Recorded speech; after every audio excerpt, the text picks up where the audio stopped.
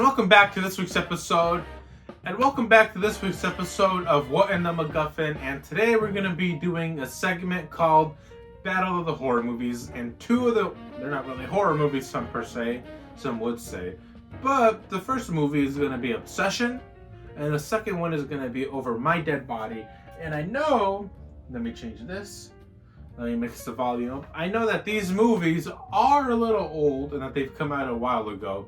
Now, I will say this. Obsession, it's a horror movie.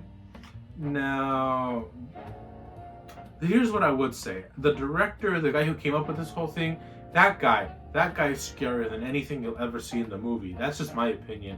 And I know that a lot of people are thirsting over the main girl, Indy Navarrete, which, people can do. People can go ahead and do that. She did a phenomenal job. And from my understanding, she's up and coming talent. She was in the CW show Lois and Clark, which I thought she played a good job in. She was one of the love interests to one of the sons of Superman. But without further ado, Obsession is, you wouldn't really know what it's about based on the title, which is good because some of the best movies have very open to interpretation titles. But anyhow, this follows pretty much youngsters. They're pretty much like 20-year-olds who work at a music store. And, there's the main girl, Nikki. And then there's the guy named Bear. And then there's all these other secondary characters. Now, this is coming from the mind of, I forget his name. And I think that's mostly because he's terrifying looking. And he should get like a role in horror movies because he's very scary. He's like an albino looking type individual. But from my understanding, this has been a guy who has been making short films and movies on YouTube, and I think that is good because it gives people who want to be filmmakers a chance. But anyhow, going back to the synopsis, we have the two main characters, Nikki, and then we have Bear. Now, Bear is kind of like an incel. He wants to get into a relationship, but he just can't. Now, in the beginning, you kind of feel bad for him. You think he's mostly harmless, and that he just needs to work on himself and, learn how to have self-confidence and some faith. Because what it turns out is that he has a crush on Nikki. Now, he does a really good job at playing this character who's very shy and insecure and almost kind of just like a puppy dog, like a lost puppy. Now, that's what I will give him. Now, this movie, before I give my full-on review, I will say this. He does a phenomenal job at playing the guy who is too afraid, and not in a charming way, to confront the girl that he likes. More so in a like, oh my god, really? You gotta do better than this. Now, early on in the movie, Nikki is the girl that he has a crush on. She's portrayed as very pretty, the girl that is, the cool girl. There's a moment early on where there was about to be a moment where he could have professed his feelings. Now, before that, he stumbles across this like wishbone where it's this mythical thing. I don't know what it is. You shouldn't get it. No one should get it. If this thing did exist, you got to keep it away from people's hands because people would be making wishes. Now, it's a classic case of be careful what you wish for because you'll get it, but you need to be very specific. Like if you say you want $1 billion, you got to be careful because those $1 billion, they might appear out of thin air and they might kill you, which actually does happen in the movie. But he ends up getting this prior to just as he acquires this, it's in a box and it's a one wish stick that you break in half, and when you break it and you say your dream, it comes into fruition. Seems cool, but I wouldn't really want that because I just wouldn't. Because sometimes when people get what they want, bad things happen. When people get what they want too quick, things that clearly aren't aligned with you, bad things happen. And this is exactly what this is all about. But he has the little stick that he breaks and turns into a wish. He has it. But the weird part is, it was almost like he had an opportunity where even the girl was like, do you have a crush on me? Because if you do, you could tell me now. And you're watching this and you're like, goodness gracious, the movie could have ended right here, logically speaking. This is one of those where the character brings everything back to himself. Every bad thing that goes on in this movie is his fault. If it wasn't for him not being able to talk to the girl that he has a crush on, none of this would have happened. But anyhow, he says no, and this is like a 5-minute conversation that goes back and forth. He's in his car, and she's outside because he drops her off at her house. It is about to go well if he would have just confessed his feelings. Now we don't know what would have happened. Maybe he would have said yes. Maybe he would have said no. But it's all, he ends up breaking the wish, breaking the stick, and the wish is, of course, that he would be able to be in a relationship with Nikki. And things get weird from there. She starts liking him. She starts liking him a little too much. She starts becoming, hence the title, obsessed. And before you know it, things get really, really, really terrible because he can't just leave her alone. He can't go anywhere. If he talks to a girl, she ends up dead. If he ends up leaving her for 2 seconds, she's there.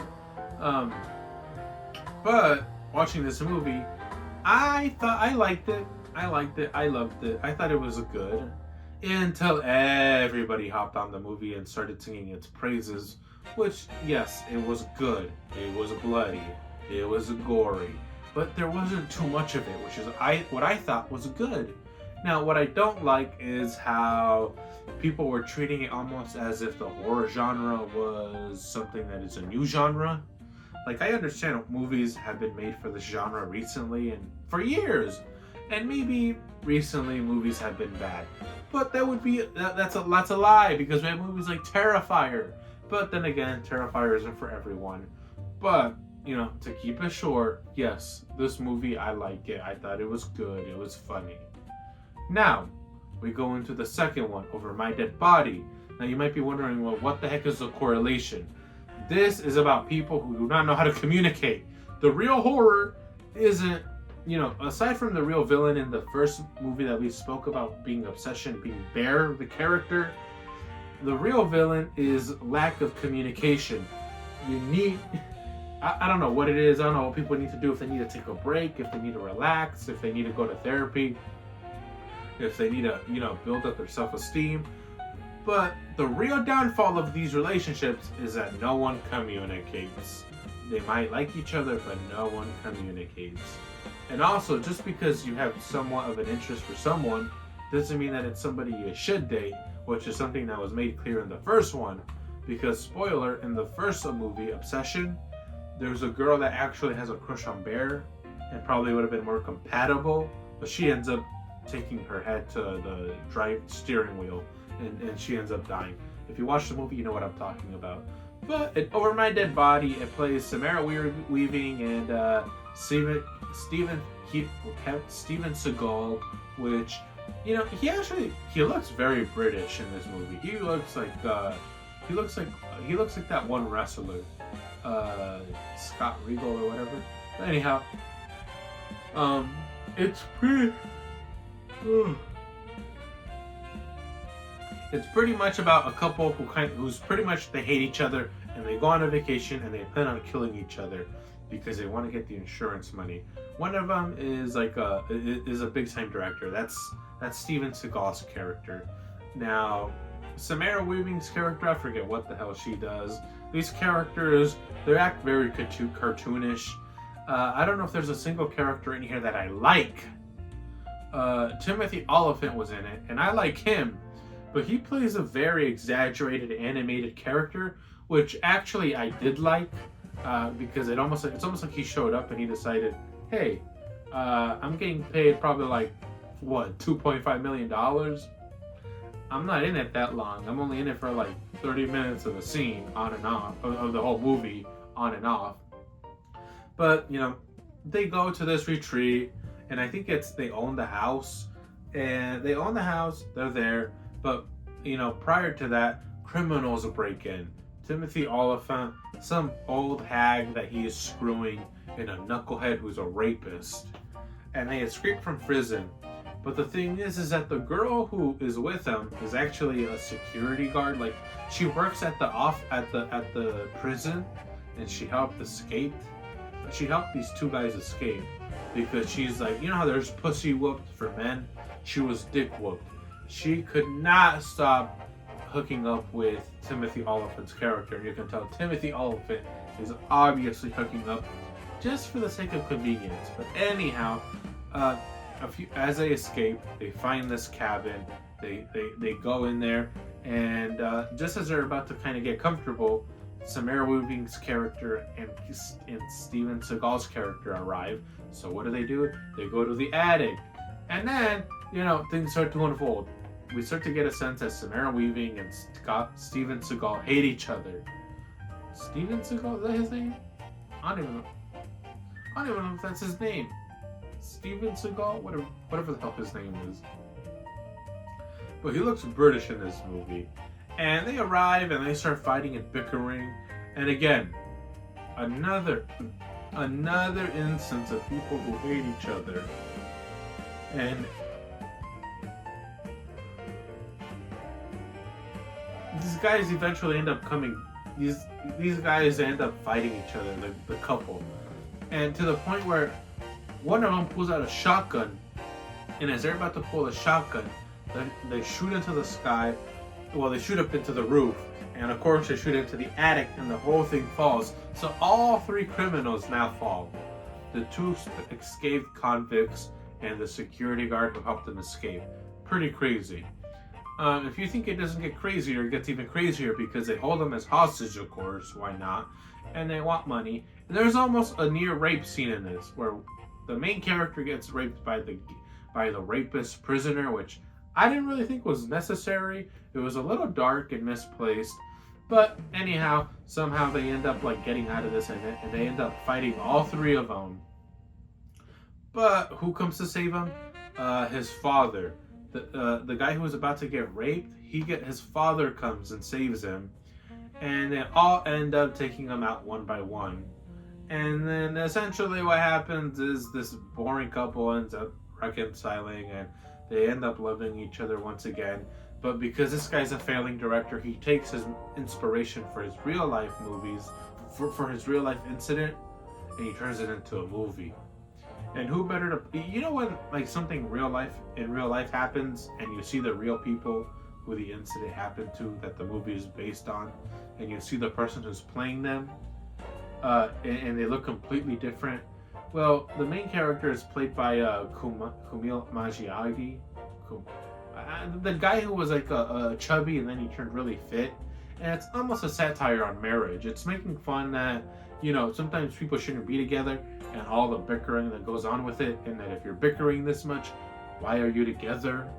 And it makes fun of that, and it also makes fun of how Hollywood couples can be so far gone that they don't care about each other. And if I had to choose what movie was better, I would probably go with Obsession, just because even though it's actually more grounded, even though it's an absurd idea that you can take a wishbone and break it. With the second movie, it's crazy, it's all over the place. Weirdly enough, you think this could never happen, which is weird because I'm going with Obsession, which has some supernatural element. But I would go with the first Obsession. If you had to watch a movie, I would go with Obsession. And don't look up the director, he's terrifying. But that's going to be it for our episode of What in the MacGuffin, where we compare two horror movies or two movies in a similar genre, and we see which one is the better one of them. And that being said, I am logging off. Thank you and take care. And don't forget to subscribe.